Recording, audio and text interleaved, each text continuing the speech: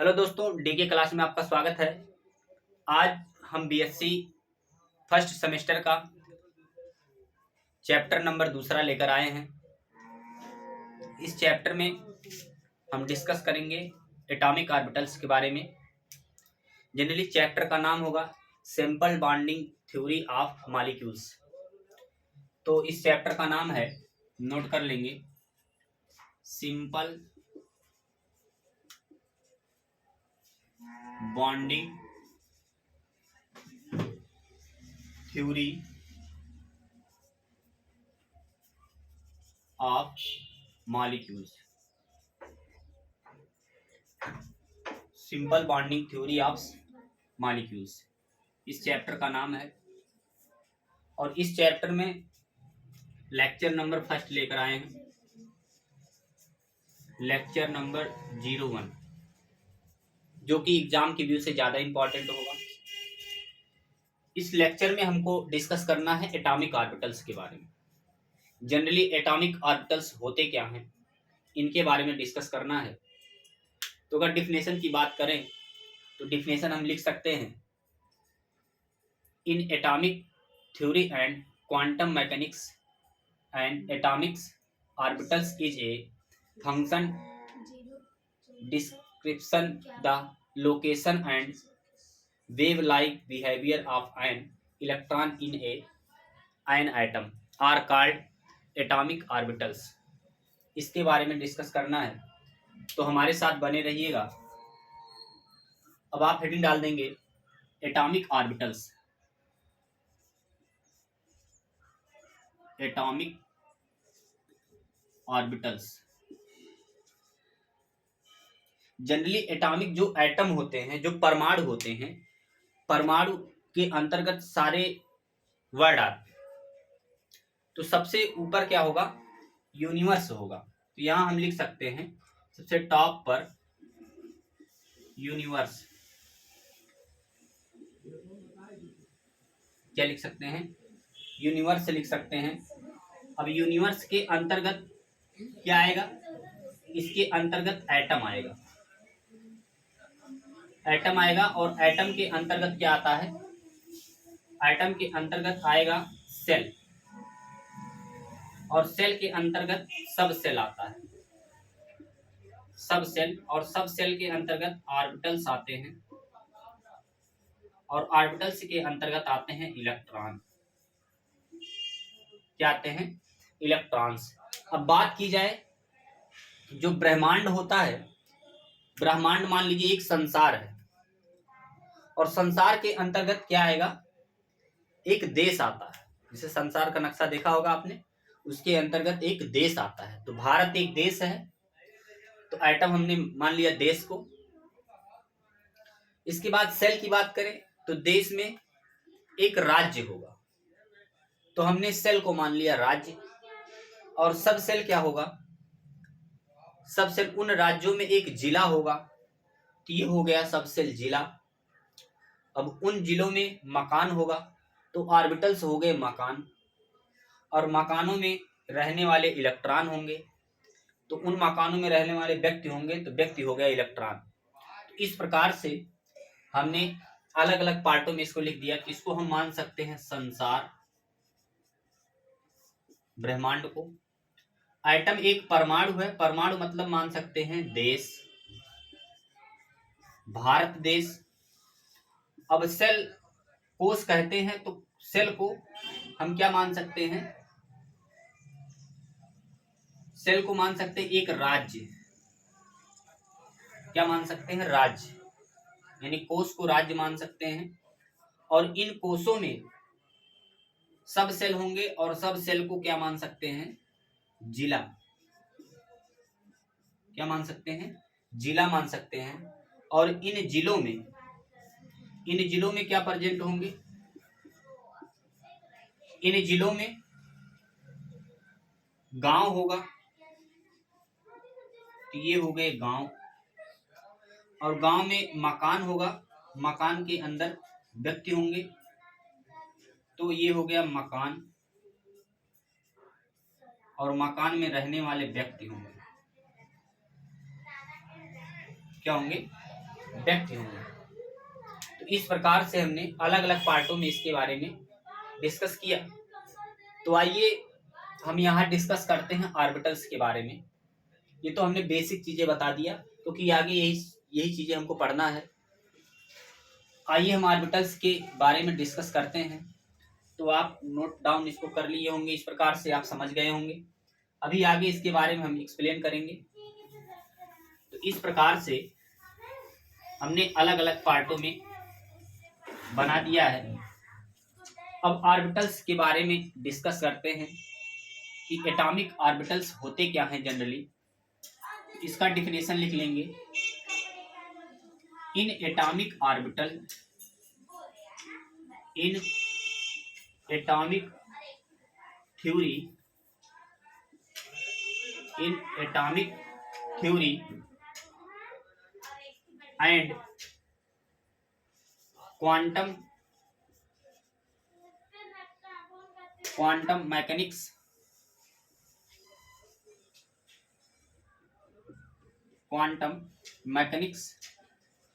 And atomic orbitals is a function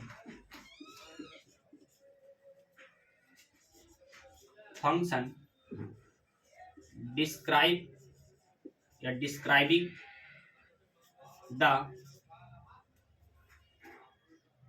location and wave-like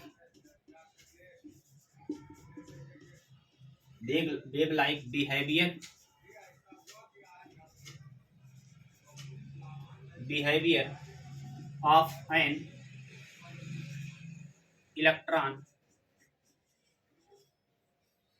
in an atom are called atomic orbitals। Atomic orbitals, इस प्रकार से हमने definition लिख दिया। एक बार फिर से देख लीजिए। In atomic theory and quantum mechanics and atomic orbitals is a function describing the location and wave like behaviour of an electron in an atoms are called atomic orbitals. इसके बारे में हमने एक्सप्लेन कर दिया। अब सपोज कीजिए atomic जो atom होते हैं, इसको किसने डिस्कवर्ड किया था? तो एक साइंटिस्ट थे। तो यहां लिख सकते हैं अकॉर्डिंग, क्या लिख सकते हैं? According to Heisenberg.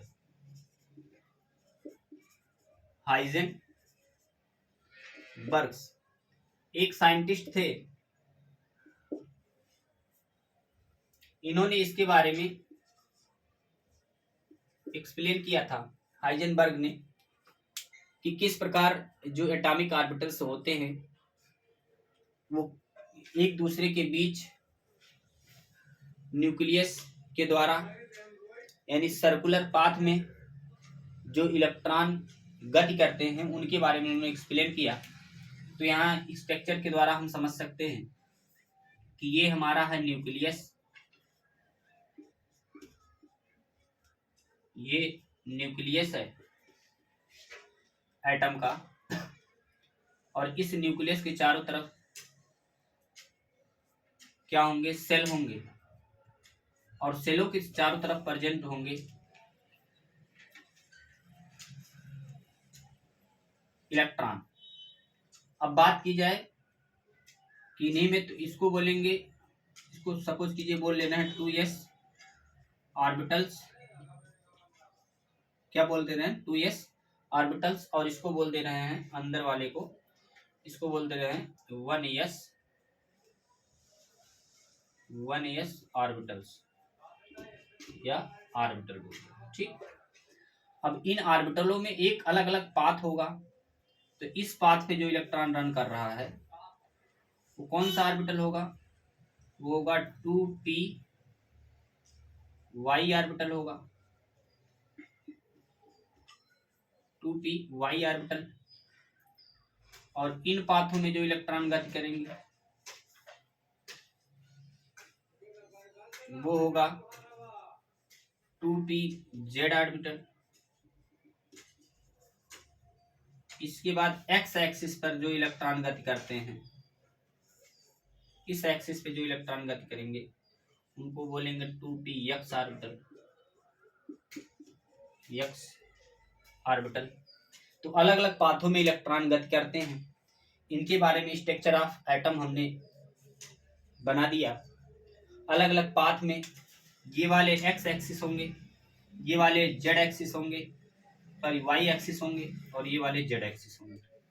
इन तीन एक्सिसों में इलेक्ट्रॉन गति करते हैं, चाहे वो s के इलेक्ट्रॉन हो या p के इलेक्ट्रॉन हो या d के या z के इलेक्ट्रॉन हो, f के इलेक्ट्रॉन हो।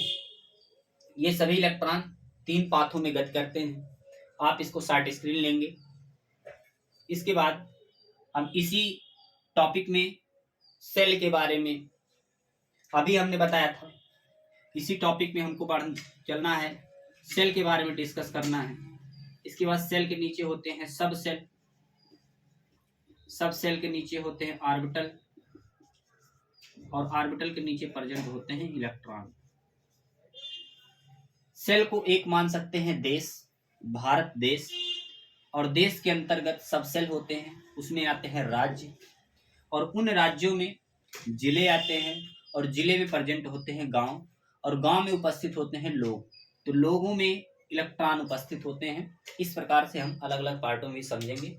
आप शॉर्ट स्क्रीन लेंगे। तो आइए हम आगे बढ़ते हैं। अब इसी टॉपिक में हम डिस्कस करते हैं कि किस प्रकार हम इन अलग अलग पार्टों को, सेल के बारे में, सब सेल के बारे में, और ऑर्बिटल्स और इलेक्ट्रॉन के बारे में हम समझेंगे। तो बात की जाए, सबसे पहले यहां हम लिख रहे हैं, एक साइंटिस्ट थे, उनका नाम था नील्स बोहर्स। ये नील्स बोहर्स ने सेल के बारे में बताया कि सेल को किस प्रकार प्रेजेंट करते हैं। तो यहां सबसे पहले लिखेंगे सेल।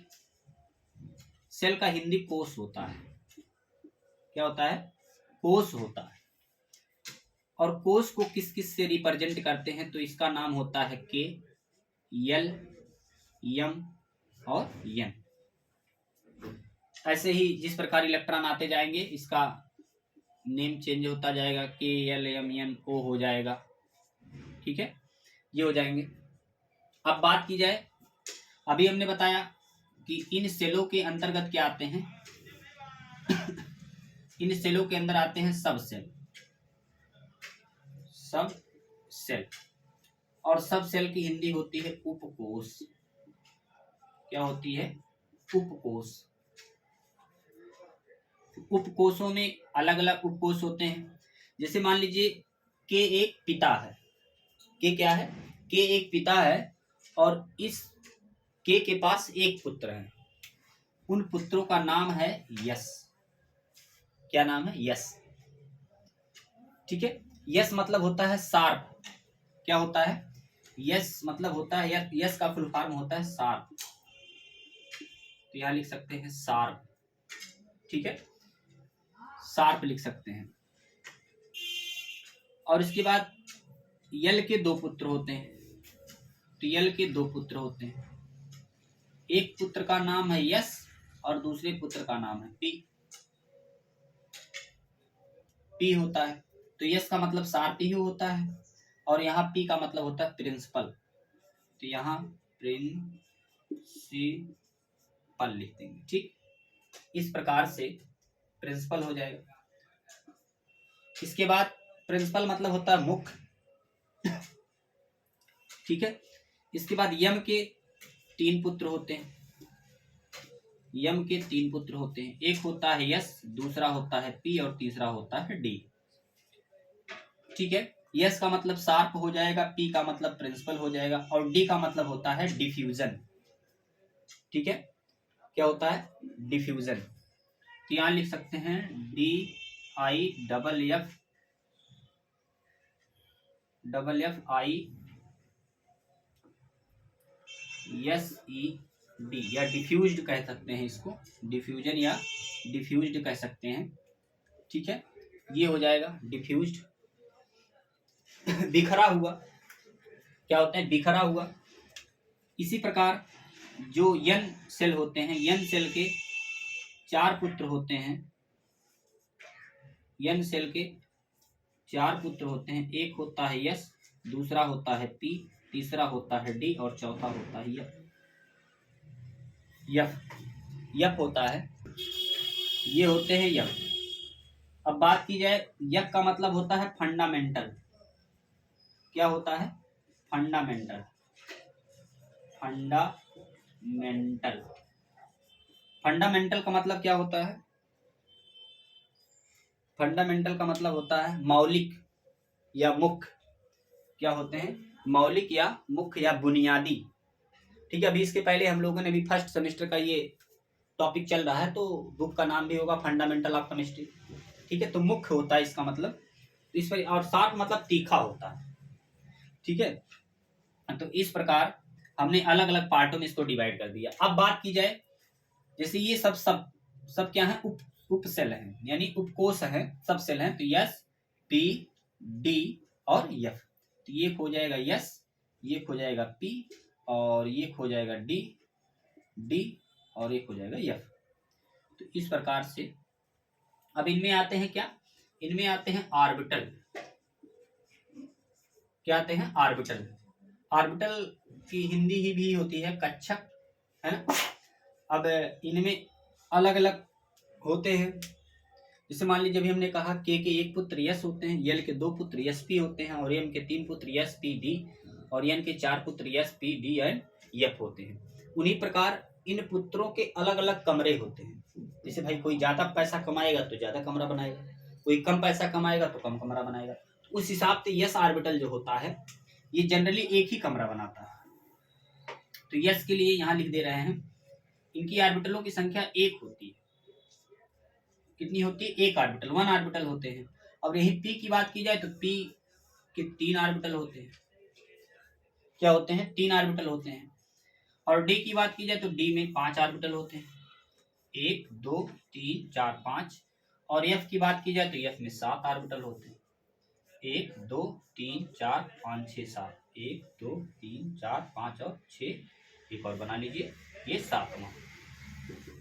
इसके कितने होते हैं ऑर्बिटल, 7 होते हैं। तो इस प्रकार से अलग अलग ऑर्बिटल्स होते हैं। इसका यस होता है पी, इसका नाम जो हो जाएगा ये क्या हो जाएगा, p x, p y and p z. और इसके लिए हो जाएगा, इसके लिए क्या हो जाएगा, ये d x y, d y z, d x z, d x square minus y square, d z square, d z square हो जाएगा। अब इसके बाद यफ के लिए ज्ञात करेंगे, यफ के लिए ज्ञात कर लेंगे, ऐसे ही यफ के लिए ज्ञात कर लेंगे। यफ के लिए क्या हो जाएगा, 5x³ माइनस 3z स्क्वायर। यहां आ जाएंगे तो 5x square minus x r square. और इसके लिए ज्ञात करेंगे तो इसके लिए हो जाएगा एक्स वाई जेड, सॉरी यहाँ हो जाएगा एक्स वाई जेड। और इसके लिए जब ज्ञात करेंगे तो यहाँ हो जाएगा z x square minus z y square. अब इसके लिए अगले कोर्स के लिए ज्ञात करेंगे तो y3 minus 3y x square. अब इसके लिए ज्ञात करेंगे तो ये हो जाएगा 5y z square minus y z square. Last वाला होगा x³ minus 3x y z square या z y स्क्वायर। इस प्रकार से अलग अलग ऑर्बिटल्स होंगे, अलग अलग ऑर्बिटल्स होंगे, और इन ऑर्बिटलों का अलग अलग नाम हो जाएगा। तो आई होप ये चीजें समझ में आई होंगी। अब इन्हीं ऑर्बिटलों में एक और नाम लिख लेंगे, उन ऑर्बिटलों का नाम जो कि उसका हो जाएगा इलेक्ट्रॉन। यहाँ क्या प्रेजेंट होंगे, इलेक्ट्रॉन प्रेजेंट होंगे। अब इन इलेक्ट्रॉनों में दो स्थिति पाई जाती है। जैसे मान लीजिए आप पैसा कमा रहे हैं, तो पैसे को क्या करेंगे, आप जमा करेंगे बैंक में। कुछ लोगों का नेचर होता है पैसे को खर्च कर डालते हैं, लेकिन इस कंडीशन में इनकी स्टेबिलिटी आर्डर देखी जाती है, अस्थायित्व को देखा जाता है।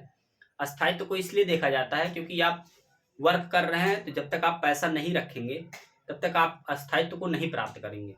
उसी प्रकार इलेक्ट्रॉन भी क्या करते हैं, अस्थायित्व को प्राप्त करना चाहते हैं।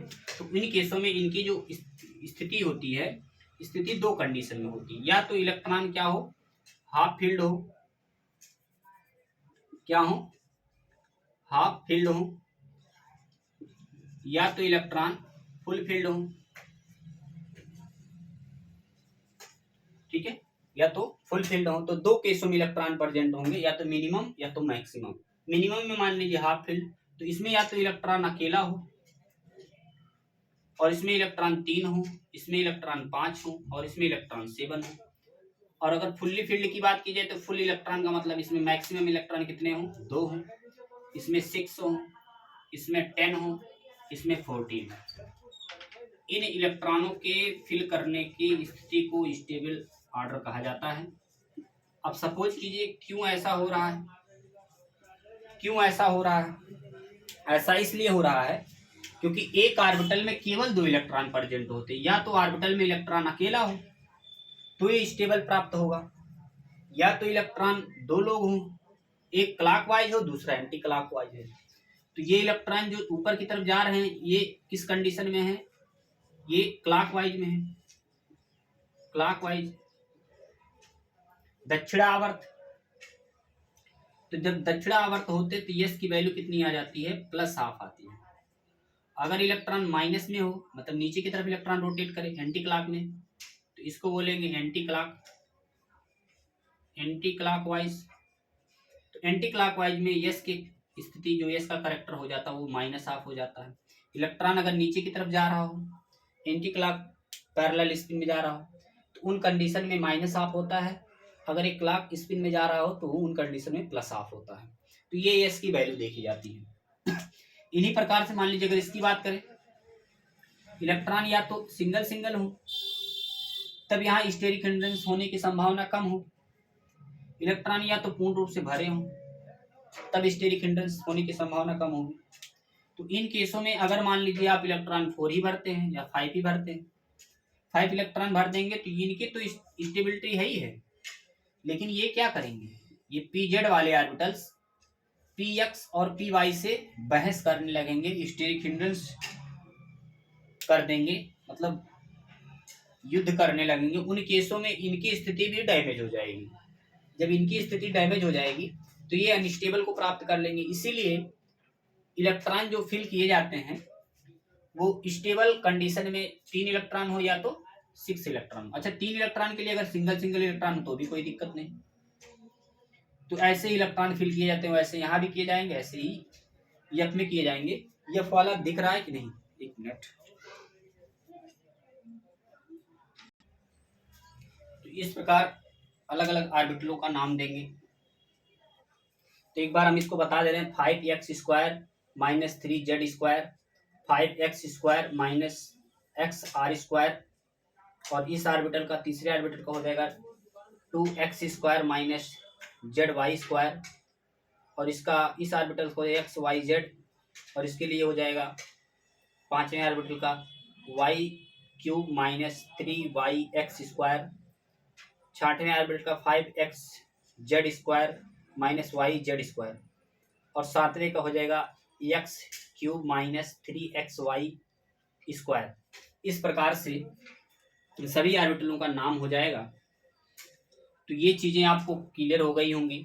अब नेक्स्ट वीडियो में हम आपसे मिलेंगे टाइप्स ऑफ सब सेल के बारे में, और उन सब सेलों में स्ट्रक्चर को लेकर आएंगे। आप सारे वीडियो को एक तरफ से देखिएगा ताकि आपको क्लियर टॉपिक समझ में आए। नेक्स्ट वीडियो में पुनः मिलेंगे। बहुत बहुत धन्यवाद।